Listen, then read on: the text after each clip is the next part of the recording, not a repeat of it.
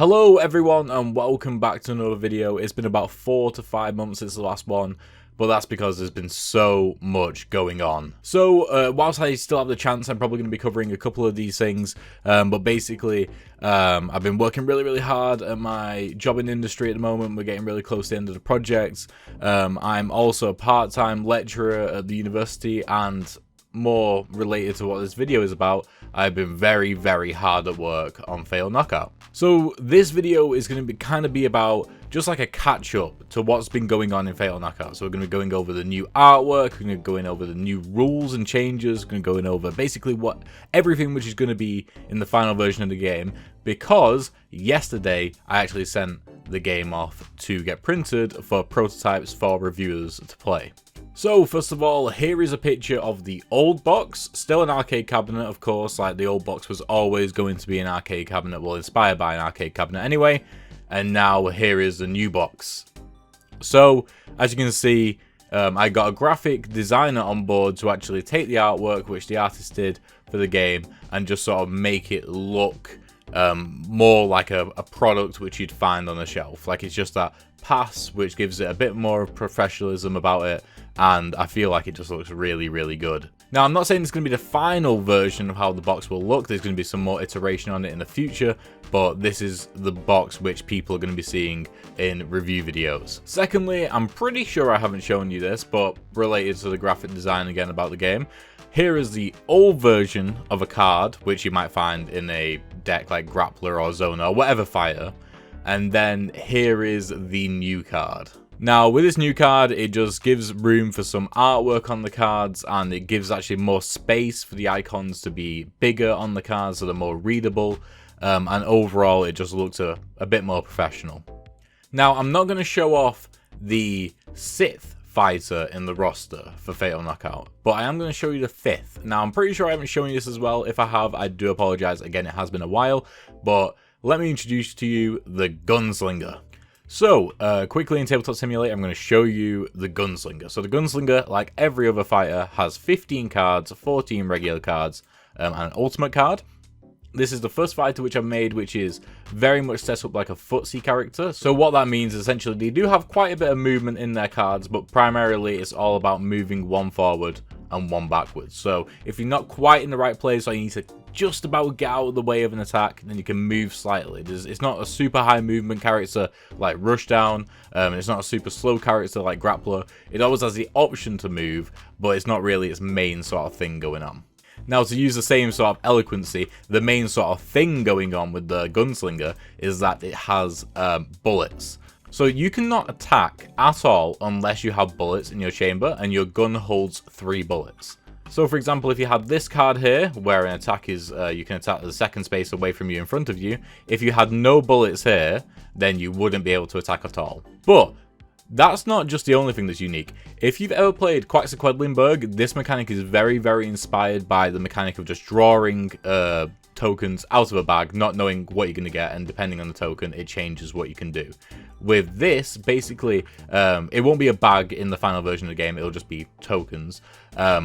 But basically, you can draw whenever you reload, which is this icon here. You reload all guns in your bullet, and then you get 3 fresh bullets. Did I say all guns in your bullet? I think I did. So yeah, whenever you reload, you get 3 new bullets, but the bullets must be special, otherwise it'd just be reloading for the sake of reloading. Well, yeah, so there are 4 different types of bullets which you can get whilst playing as a Gunslinger, and they all vary in terms of how many there are for you to be able to gain. There's the white bullet, which just does 1 damage, which is obviously good because doing damage is really important in the game, but then you move on to the other ones. So the yellow one, here, it does 1 damage plus interrupts. So what's cool about that is interrupt is actually a rushdown mechanic, but basically what it means is if you have a card later in the initiative order, you can bring it earlier, which can be super important. Very situational though, so it's not the best, it depends on the situation whether or not it's good enough or not. But then you have the red bullet, which is pretty much good against any fighter, especially against a grappler because they have so many shields.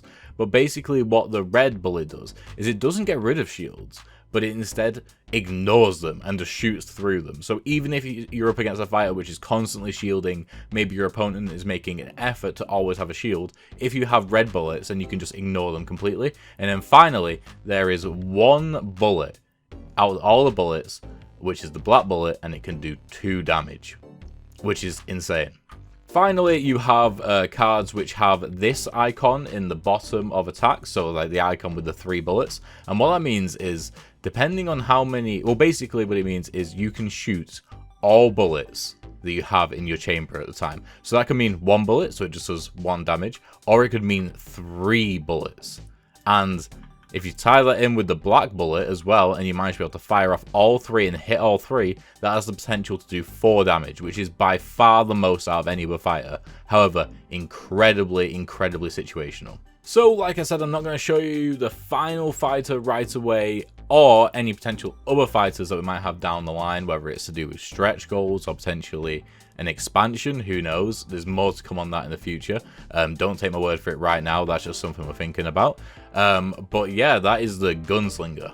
Also, what I can confirm now is that I've been working really hard on a solo mode for the game, which is less of a solo mode and more of just, it makes sense for it to be in the game.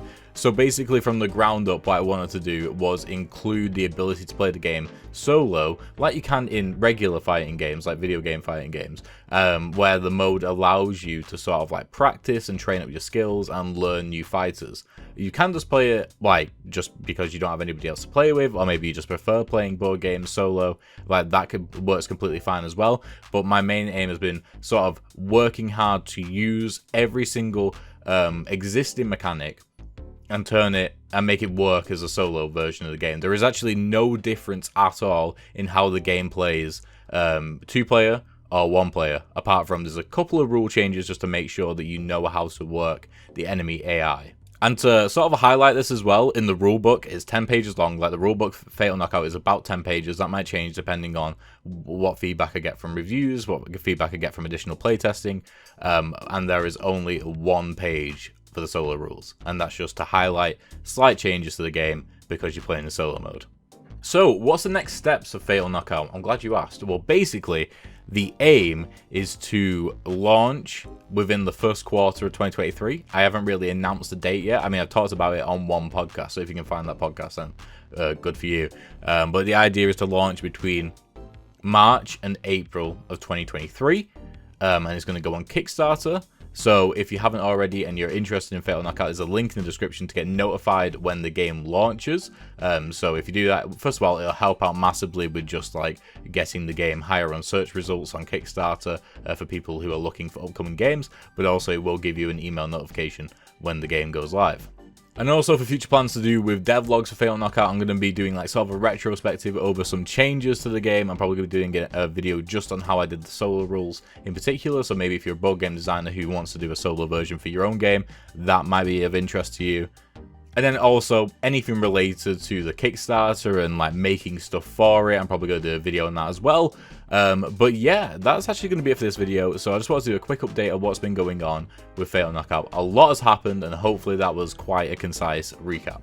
But yeah, thank you guys for watching. Hopefully you enjoyed, and I shall see you in the next one. Goodbye.